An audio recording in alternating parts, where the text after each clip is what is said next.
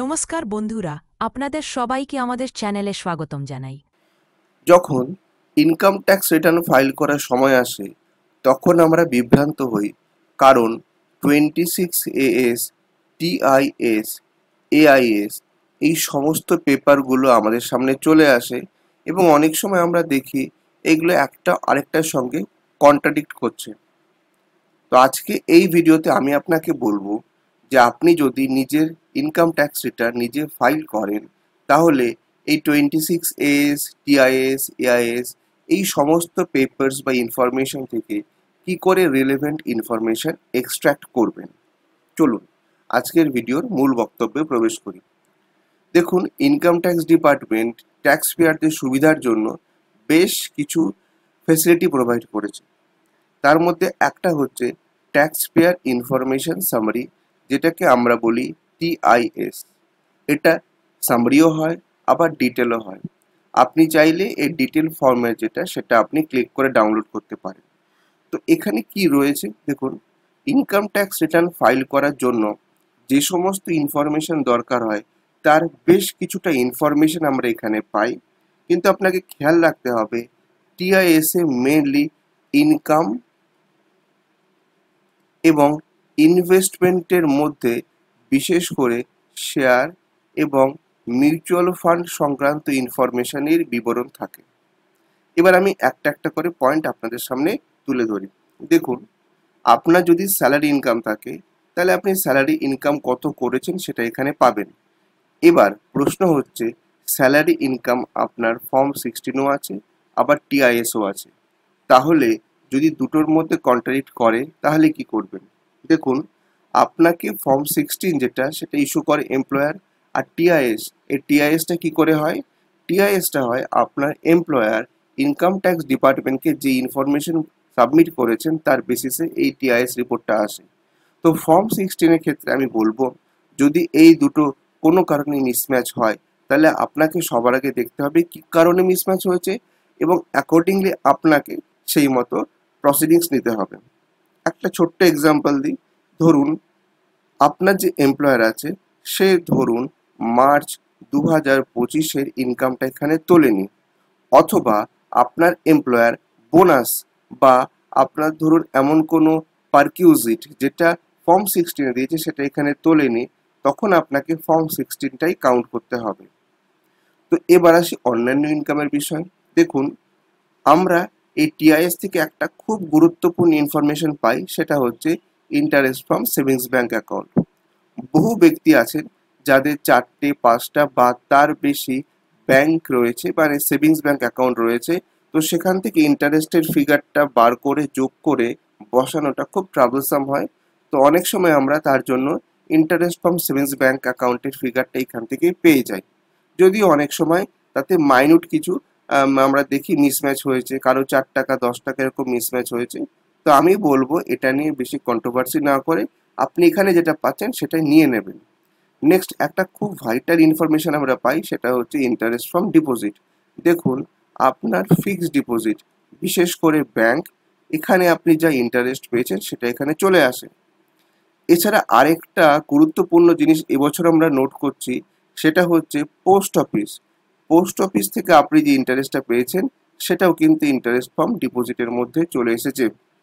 তো আপনারা যারা ইন্টারেস্ট ফ্রম ডিপোজিটে ক্লিক করে দেখছেন যে ব্যাংক ছাড়াও আরো অন্যান্য কিছু দেখাচ্ছে, বিশেষ করে নতুন একটা কোড এবার চালু হয়েছে, সেটা হচ্ছে CPRC। এই CPRC মানেই আপনাকে বুঝতে হবে এটা হচ্ছে post office, central post office. এখান থেকে যে আপনার ইনকামটা হয়েছে সেটাও কিন্তু এবার ইনকাম ইন্টারেস্ট ফ্রম ডিপোজিটের মধ্যে চলে এসেছে। এছাড়াও purchase and sale of mutual ফান্ডের ফিগারটা আপনি পেয়ে যাচ্ছেন। পারচেজ অফ সিকিউরিটিসের মধ্যে শেয়ার আসবে এবং মিউচুয়াল ফান্ডও আসবে, তেমনি সেলের মধ্যে আপনার সেল অফ সিকিউরিটিস মানে শেয়ার এবং মিউচুয়াল ফান্ড দুটো এখানে আসবে। এছাড়াও এখানে আরও কিছু ইনফরমেশন কিন্তু আমরা পাই, কিন্তু এখানে একটা জিনিস আমরা পাই না, যেটা আমরা বহুদিন ধরে ডিমান্ড করে আসছি, যে আপনি যদি এইখানে দেখুন শেয়ার বা মিউচুয়াল ফান্ডের ইনফরমেশন দিতে পারেন, তাহলে এইখানে কেন আপনি এই ইনফরমেশনটা দিচ্ছেন না যে একজন ট্যাক্স পেয়ারের কোন কোন ব্যাংকে কত টাকার ফিক্সড ডিপোজিট আছে, সেটা কিন্তু ইনকাম ট্যাক্স ডিপার্টমেন্ট এখনো দিচ্ছে না। ওয়ারাস এখানে আমরা কি পাই না, আপনি এই বছর যদি কোনো ফিক্সড ডিপোজিট করেন বা রিনিউ করেন, মানে আপনার একটা ফিক্সড ডিপোজিট ছিল সেটা আপনি রিনিউ করছেন, তাহলে টাইম ডিপোজিট বলে সেটা চলে আসে। কিন্তু আমরা এখান থেকে কিন্তু জানতে পারি না যে একজন ট্যাক্স পেয়ারের টোটাল ব্যাংক ফিক্সড ডিপোজিট কত। তেমনি আমরাও জানতে পারি না এখান থেকে যে আপনার ইন্স্যুরেন্স প্রিমিয়াম কত দেওয়া হয়েছে, মেডিক্লেম প্রিমিয়াম কত দেওয়া হয়েছে, এই সমস্ত ইনফরমেশন কিন্তু এখানে আসে না। এছাড়াও এখানে যেটা আসে না সেটা হচ্ছে আপনার যদি কোনো জায়গায় লোন থাকে সেই লোনের কোন ইনফরমেশন কিন্তু এখানে আসে না। তো আপনারা হয়তো বলতে পারেন কেন আমি এই কথাগুলো বলছি। দেখুন, আজকের দিনে সবটাই হচ্ছে প্যান বেস, সবটাই প্যান লিঙ্কড। তো প্যানের সঙ্গে যা যা ইনফরমেশন আছে সেটা যদি এখানে চলে আসে তবেই ট্যাক্স পেয়ার ইনফরমেশন সামারি এটা কিন্তু কমপ্লিট হয়। এখনো কিন্তু এখানে সব ইনফরমেশন আসে না, কিছু কিছু ইনফরমেশন আসে। তো আমি এখানে ট্যাক্স পেয়ার ইনফরমেশন সামারিতে যেগুলো বললাম সেগুলো ছাড়াও আরও অনেক আইটেম এখানে আসে, সেগুলো কেস টু কেস বেসিসে আমরা দেখি। তো অ্যাপারেন্টলি আমি বলতে পারি যে আপনি যখন ইনকাম ট্যাক্স রিটার্ন ফাইল করছেন, টিআইএস ফর্মটা আপনাকে অবশ্যই দেখতে হবে, কারণ আপনি এখান থেকে ইনকামের ফিগারটা পাবেন। আর এই যে আপনাকে একটু আগে বললাম যে sale and purchase of mutual fund, এখান থেকে আপনি কিন্তু ক্যাপিটাল গেনের একটা ইনফরমেশন পেয়ে যাবেন। তো ডেফিনেটলি এটা কিন্তু ইনকাম ট্যাক্স রিটার্ন ফাইলের জন্য খুব গুরুত্বপূর্ণ হয়। তো আপনারা অবশ্যই রিটার্ন ফাইল করার সময় টিআইএস স্টেটমেন্টটা নামিয়ে নেবেন, ডাউনলোড করে নেবেন এবং সেটাকে ডেফিনেটলি কনসিডার করবেন। এরপরে আসি এআইএস, অ্যানুয়াল ইনফরমেশন স্টেটমেন্ট। দেখুন, অ্যানুয়াল ইনফরমেশন স্টেটমেন্টের মধ্যে যেটা মোস্ট ভাইটাল পার্ট সেটা হচ্ছে এই জায়গাটা, SFT information, payment of taxes. দেখুন, এসএফটি ইনফরমেশন হচ্ছে স্পেসিফাইড ফিনান্সিয়াল ইনফরমেশন বা স্পেসিফাইড ফিনান্সিয়াল ট্রানজ্যাকশন। তো এর মধ্যে অনেক রকম সাব ক্যাটাগরি রয়েছে।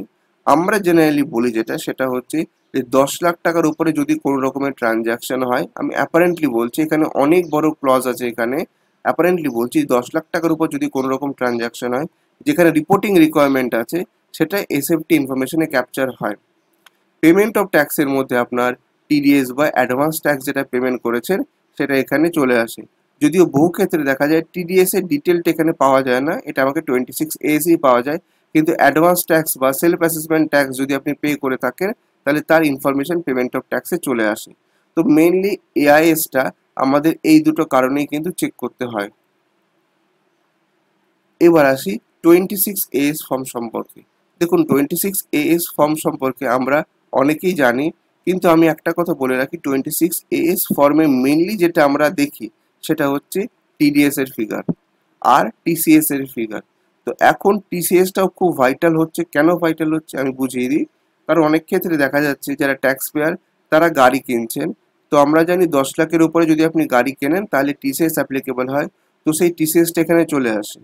আবার অনেক ক্ষেত্রে দেখা যাচ্ছে যে আপনার রেমিটেন্স থাকছে, ফরেন রেমিটেন্স থাকছে। তো ফরেন রেমিটেন্সের ক্ষেত্রে আমরা জানি যে 7 লাখ টাকার উপরে যদি বেশি রেমিটেন্স হয় সেখানে টিসিএস প্রভিশন অ্যাপ্লিকেবল হয়। তো সেখানে যদি টিসিএস কাটা হয় সেটাও এখানে চলে আসে। এই দুটোই আপনারা ইনকাম ট্যাক্স রিটার্ন ফাইল করার সময় ক্লেম করবেন। এছাড়া অনেক সময় আমরা দেখি যে আমাদের যে ট্রানজ্যাকশনের লিমিট 2 কোটি টাকা, 2 কোটি টাকার বেশি যদি ক্যাশ ট্রানজ্যাকশন হয় তাহলে সেখানে কিন্তু একটা টিডিএস কাটা হয়, সেটাও এখানে চলে আসে। এছাড়া নর্মাল যে টিডিএস এর প্রভিশনগুলো রয়েছে, স্যালারি হতে পারে বা ধরুন আপনি কমিশন ব্রোকারেজ হতে পারে বা ব্যাংকে আপনি এফডি রেখেছেন তার ইন্টারেস্টের উপর যে টিডিএস কাটা হয়, এরকম ইনফরমেশন আমরা 26 এস থেকে পেয়ে যাই। তো আমার এই ভিডিও বানানোর মূল উদ্দেশ্যই হচ্ছে এটা, যে যখন আপনি ইনকাম ট্যাক্স রিটার্ন ফাইল করবেন আপনাকে টিআইএস, এআইএস, 26 এস সবকটাই কিন্তু কনসিডার করতে হবে। এবার একটা কথা বলে রাখি, ইনকাম ট্যাক্স ডিপার্টমেন্ট যখন অ্যাসেসমেন্ট করে ওরা কিন্তু 26 এএস ফর্মের টিডিএস এর ফিগারটা দেখেই কিন্তু অ্যাসেসমেন্ট করে। তাই যদি কোনো কারণে 26 এএস আপডেট না হয় তাহলে আমরা আপনাকে রিকোয়েস্ট করব কিছুদিন ওয়েট করুন, 26 এএসটা আপডেট হয়ে গেলেই আপনি ফাইল করবেন। এর আগে একটা ভিডিওতে আমি বলেছি যে 26 এএস আপডেট কিনা কি করে বুঝবেন। তো আপনারা যদি সেটা নিয়ে জানতে চান তাহলে সেই ভিডিওটা দেখে নেবেন। সেই ভিডিওর লিঙ্ক আমি এই যে ভিডিওটা তার নিচে ডেসক্রিপশন বক্সে দিয়ে দেবো। তো সেখান থেকে আপনাদের 26 এএস এর আপডেশন রিলেটেড যে সমস্ত কোয়ারি আছে সেই কোয়ারিটা আপনার রিজলভ হয়ে যাবে। তো বন্ধুরা, টিআইএস, এআইএস, 26 এএস এই তিনটেই কিন্তু অবশ্যই আপনি দেখবেন এবং খুব ভালো হয় যদি আপনার মনের মধ্যে কোনো রকম কোনো ডাউট বা কোয়ারি থাকে আপনি কোনো ট্যাক্স প্রফেশনালের কাছে গিয়ে সেটাকে রিজলভ করে নেবেন। আশা করি আজকের ভিডিওটা আপনাদের ভালো লেগেছে। ভিডিওটি ভালো লাগলে আমাদের চ্যানেলটি সাবস্ক্রাইব করুন আর পাশে থাকা লাল রঙের বেল আইকনটা হিট করুন। তাহলে আমাদের চ্যানেলে যখন কোনো ভিডিও আপলোড হবে তার নোটিফিকেশন পেয়ে যাবেন। আজ এখানেই শেষ করছি, আর একদিন হাজির হব এইরকম ইনফরমেটিভ ভিডিও নিয়ে। সবাই ভালো থাকবেন। জয় হিন্দ।